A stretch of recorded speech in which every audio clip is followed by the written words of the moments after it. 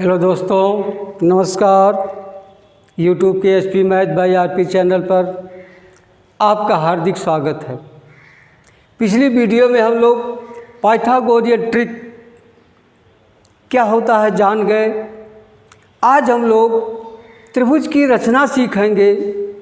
ऐसे त्रिभुज की रचना करना सीखेंगे जिसकी दो भुजाओं का योग दिया हो और एक कोण दिया हो और एक भुजा की माप दिया गया हो।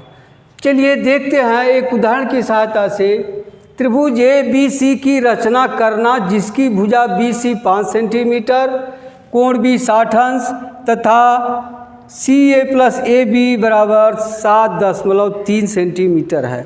तो बताए थे आपको सबसे पहला काम क्या है, एक कच्ची आकृति बना लेंगे बिना नाप जोख की। आप नाम रख लीजिए ए बी सी।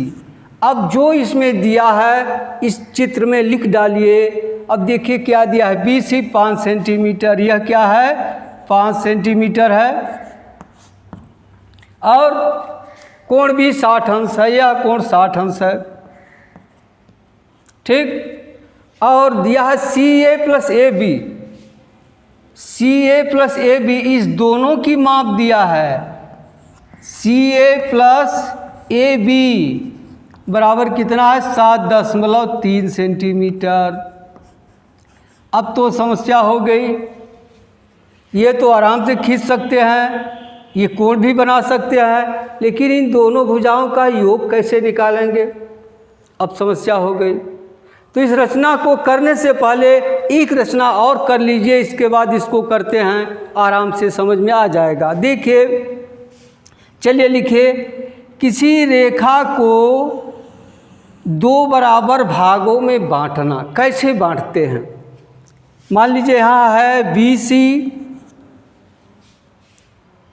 ठीक है, क्या है बी सी। अब इसका लंबार्धक करना है, यानी दो बराबर भागों में बांटना है।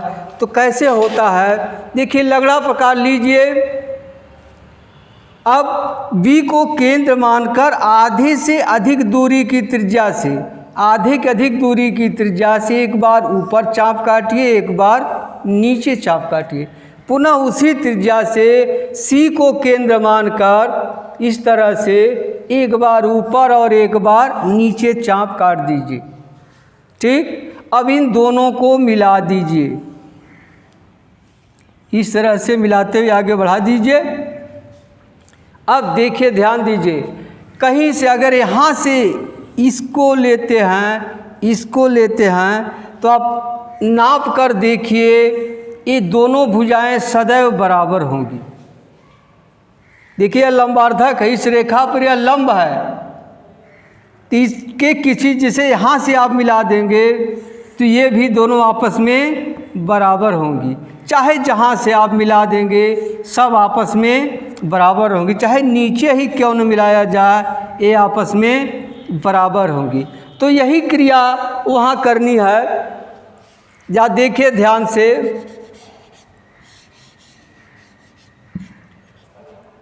ये देखिए लंबार्धक है ना। अब ये भुजा इसके बराबर है इसके बराबर ना, ये भुजा इसके बराबर है। अगर इसी को हम इस तरह से कर दें, जितना बड़ा ये इतना बड़ा यहाँ तक ऐसे, तो यह इसमें हो जुड़ जाएगा। यानी अगर इस रेखा को इतनी लंबी खींचकर इसको हम दो भागों में तोड़ दें, यानी इतने और इतने में तोड़कर यहाँ लटका दें, तो क्या हो जाएगा, यह भुजा इसके बराबर हो जाएगी,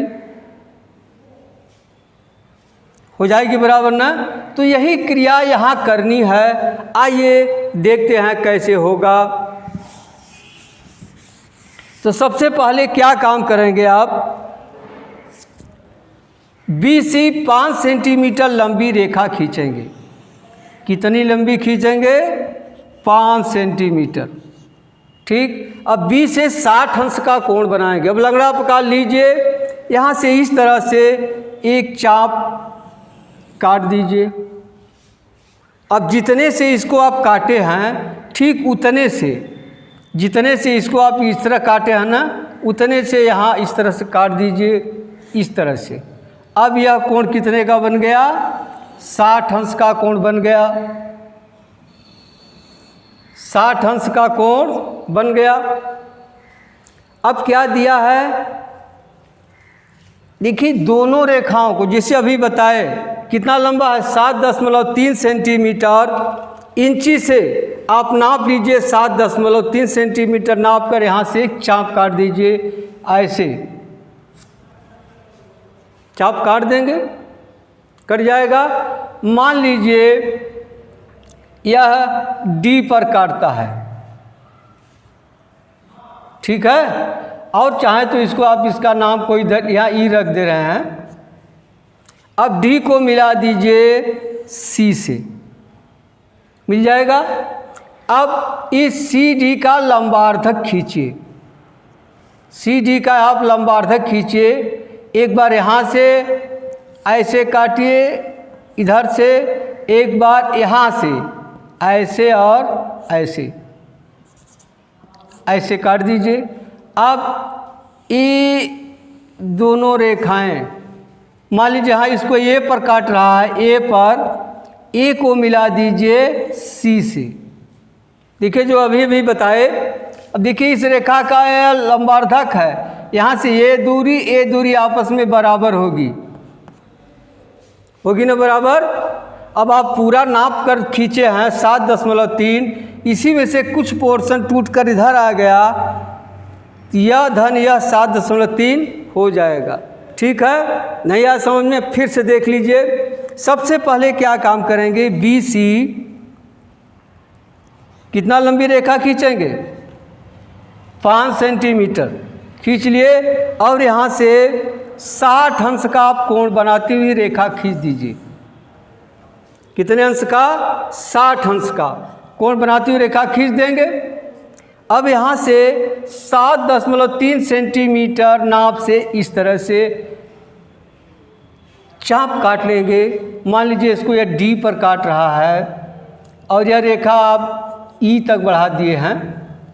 अब डी को क्या करना है? सी से मिला देना है। अब सी डी का लंबार्धक करना है। एक बार सी से एक बार ऐसे चाप काट दीजिए, सी से, और उसी त्रिज्या से डी से। अब इन दोनों को मिला दीजिए। अब देखिए यह बी डी रेखा को कहाँ काट रहा है? बिंदु ए पर। ए को मिला दीजिए सी से। यही ए बी सी अभिष्ट त्रिभुज की रचना है, ठीक है। समझ में आ गया होगा? समझ में आ गया ना? मिटा दें, इसका रचना लिख लीजिए। चलिए इसी को मिटा कर इधर लिख दे रहे हैं।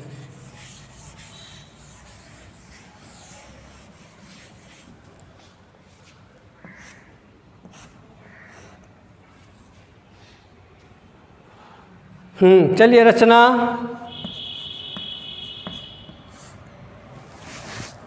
क्या किए? सर्वप्रथम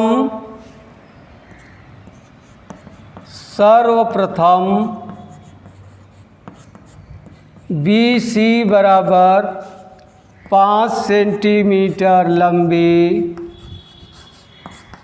रेखा खंड खींचा। फिर बी से, बिंदु बी से बी सी के साथ 60 अंश का कोण बनाती हुई बी ई रेखा खींचा, ठीक। बी रेखा खींचे। अब बिंदु बी को केंद्र मानकर, बिंदु बी को केंद्र मानकर, बिंदु बी को केंद्र मानकर 7.3 सेंटीमीटर दूरी की त्रिज्या से चाप काटा, जो बीई रेखा को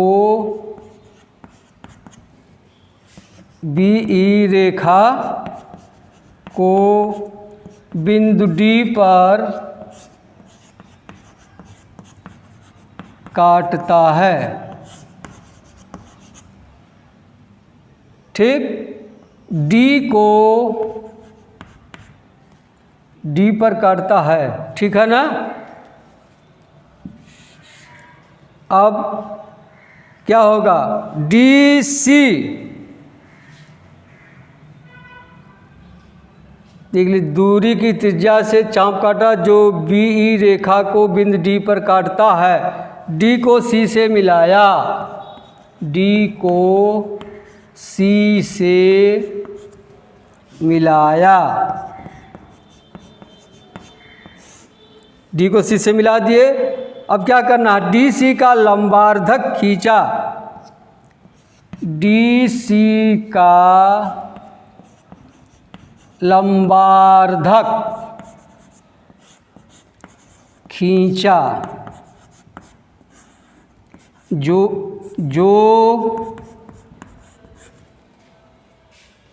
BD रेखा को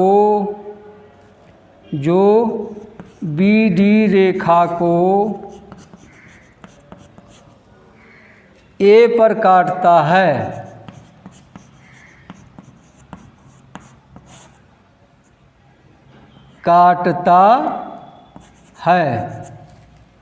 A को C से मिलाया, A को C से मिलाया,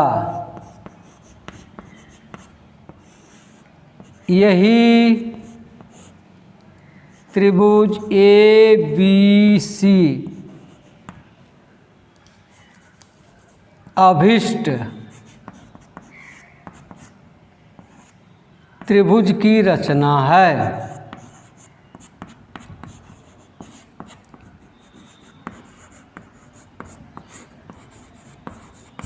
यही है।